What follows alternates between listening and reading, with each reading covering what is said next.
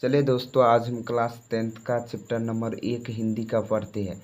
एक ही वीडियो में subjective objective पूरा कंप्लीट करेंगे। उससे पहले हम क्या करते हैं, लेखक का परिचय पढ़ लेते हैं। ठीक है, तो देखिए लिखा हुआ है चैप्टर का नाम श्रम विभाजन और जाति प्रथा। इस पाठ के लेखक है डॉक्टर भीमराव अंबेडकर। और ये पाठ की कौन सी विधा है, तो निबंध है। ठीक है, तो हम सबसे पहले पढ़ते हैं लेखक परिचय। देखिए लिखा हुआ है इस पाठ के लेखक डॉक्टर भीमराव अंबेडकर है। उनका जन्म 14 अप्रैल 1891 ईस्वी में महू मध्य प्रदेश में हुआ था। आपसे क्वेश्चन पूछा जाएगा कि जन्म कब हुआ, तो बतलाइएगा 14 अप्रैल 1891 ईस्वी में। लेकिन कहाँ पे हुआ, महू मध्य प्रदेश में हुआ था।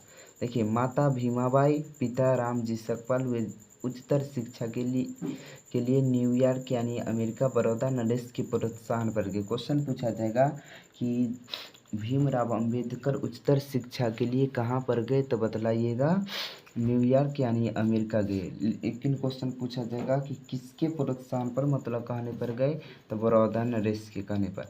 फिर वहाँ से लंदन गए। अंततः दिसंबर 1956 ईस्वी में दिल्ली में उनका निधन हो गया। ठीक है, आगे देखिए लिखा हुआ है श्रम विभाजन और जाति प्रथा पाठ की कौन सी विधा है, तो हम अभी ही न बतलाए हैं कि निबंध है। ठीक है, आगे देखिए लिखा हुआ है संपूर्ण 92 नाम से इनकी रचना 21 खंडों में प्रकाशित हुआ। आगे देखिए लिखा हुआ है अंबेडकर के रचनात्मक व प्रेरक व्यक्ति 3 थे, अर्थात बुद्ध, कबीर और ज्योतिबा फुले। मतलब उनके रचनात्मक व प्रेरक जिनसे इनको सीखने को मिलता था वो 3 व्यक्ति थे, बुद्ध, कबीर और ज्योतिबा फुले। आगे देखिए लिखा हुआ है श्रम विभाजन और जाति प्रथा। श्रम विभाजन और जाति प्रथा पाठ अंबेडकर के भाषण है जिसका नाम है एनिहिलेशन ऑफ कास्ट से लिया गया। क्वेश्चन आपसे पूछा जाएगा कि बतलाइए श्रम विभाजन और जाति प्रथा पाठ कहाँ से लिया गया है, तो बतलाना है कि एनिहिलेशन ऑफ कास्ट से, जो अंबेडकर का ही क्या है, भाषण है। आगे देखिए लिखा हुआ है अंबेडकर बड़ौदा नरेश के कहने पर न्यूयॉर्क यानी अमेरिका गए थे। किसके प्रोत्साहन पर गए, अभी बतलाए थे ना। आगे देखिए लिखा हुआ है वे स्वदेश मतलब अपने देश में वकालत भी किए। और जाति पाति तोरक मंडल लाहौर में 1936 ईस्वी में हुआ था। क्वेश्चन पूछा जाएगा कि बतलाइए जाति पाति तोरक मंडल लाहौर में कब हुआ था, तो 1936 ईस्वी में हुआ था। समझ में आ गया। या तो क्वेश्चन पूछा जाएगा कि लाहौर में 1936 में कौन सा मंडल हुआ था, तो बतलाना है जाति पाति तोरक मंडल। समझ में आ गया। आगे देखिए लिखा हुआ है प्रमुख रचना। उनके द्वारा जो सबसे प्रमुख रचना था उसका नाम क्या था, तो the caste in India their mechanism. उसके बाद है who are Shudras, Buddhism and communism, Buddha his and his Dhamma, annihilation of caste. इसमें सबसे ज़्यादा फेमस है, मतलब ये प्रमुख ये है एनिहिलेशन ऑफ कास्ट। उसके बाद द कास्ट इन इंडिया, ये सब है। बुद्धिज्म एंड कम्युनिज्म, ये सब ही है इसमें से। ठीक है, आगे चलिए लेखक का परिचय कंप्लीट हुआ। अब हम पहले ऑब्जेक्टिव क्वेश्चन पढ़ते हैं, फिर उसके बाद हम सब्जेक्टिव क्वेश्चन पढ़ेंगे। एक ही वीडियो में पूरा कंप्लीट कर लेंगे। ठीक है, तो देखिए लिखा हुआ है भारत में बेरोजगारी का एक प्रमुख व प्रत्यक्ष कारण क्या है, तो जाति प्रथा। भारत में बेरोजगारी का एक प्रमुख व प्रत्यक्ष कारण क्या है, तो बतलाना है जाति प्रथा। देखिए 2 नंबर क्वेश्चन है भारत में बेरोजगारी का प्रमुख कारण है, तो जाति प्रथा है। उसी क्वेश्चन को मतलब पलट के दे दिया है। आगे देखिए 3 नंबर क्वेश्चन है बाबा साहेब भीमराव अंबेडकर का जन्म डॉट डॉट में हुआ था। तो भीमराव अंबेडकर का जन्म हुआ था 1891 ईस्वी में, या बोल सकते 14 अप्रैल 1891 ईस्वी में। आगे लिखा हुआ है श्रम विभाजन और जाति प्रथा के लेखक कौन है, तो श्रम विभाजन और जाति प्रथा पाठ के लेखक है भीमराव अंबेडकर। अगला क्वेश्चन है आदर्श समाज स्वतंत्रता समानता भ्रातृत्व पर आधारित होगा, किसने कहा था, भीमराव अंबेडकर ने कहा।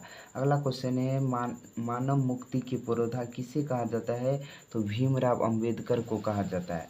आगे देखिए लिखा हुआ है भारत में जाति प्रथा का मुख्य कारण क्या है, तो भारत में जाति प्रथा का मुख्य कारण क्या है? बेरोजगारी। आगे देखिए लिखा हुआ है भीमराव अंबेडकर का जन्म किस राज्य में हुआ था? तो महू मध्य प्रदेश में हुआ था या मध्य प्रदेश महू में हुआ था?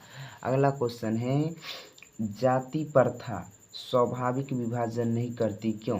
तो क्योंकि ये रुचि पर आधारित नहीं होता है, किसी भी व्यक्ति के रुचि पर मतलब उसके मन पर यानी इच्छा पर आधारित नहीं होता है, इसलिए कहेंगे कि जाति प्रथा स्वाभाविक विभाजन नहीं करती।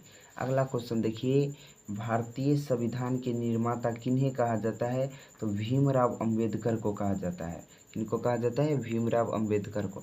आगे देखिए लिखा हुआ है भीमराव अंबेडकर का जन्म कब हुआ? तो 14 अप्रैल 1891 ईस्वी में। बुद्धिज्म एंड कम्युनिज्म किनकी रचना है? तो भीमराव अंबेडकर का। अगला क्वेश्चन है श्रम विभाजन और जाति प्रथा शीर्षक पाठ के लेखक का नाम क्या है? तो भीमराव अंबेडकर नाम है। क्या नाम है?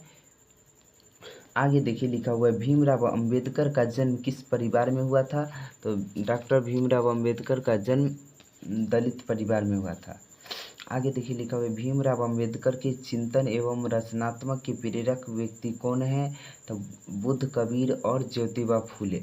आगे देखिए लिखा हुआ है हु आर शुद्धराज किनकी रचना है? तो भीमराव अंबेडकर की। अगला क्वेश्चन है भीमराव अंबेडकर किसके प्रोत्साहन पर उच्चतर शिक्षा के लिए गए?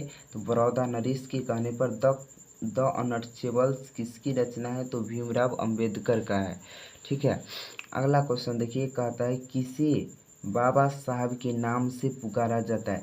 तो भीमराव अंबेडकर को। किसको बाबा साहब के नाम से पुकारा जाता है? भीमराव अंबेडकर को। अगला क्वेश्चन है the caste in India their mechanism किन की रचना है? तो भीमराव अंबेडकर का। अगला क्वेश्चन है भीमराव अंबेडकर किसके प्रोत्साहन पर उच्चतर शिक्षा के लिए अमेरिका और लंदन गए?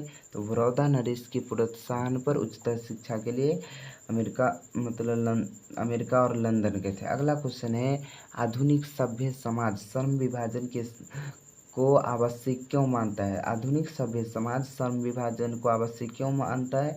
तो कहिएगा कार्य कुशलता के लिए, मतलब जैसे में देखिए लीजिए हर एक जाति का काम हर एक व्यक्ति करे, अपना अपना अपना जाति का काम करेगा तो वो काम पूर्ण रूप से हो जाता है। ऐसा हमारा कहना नहीं है।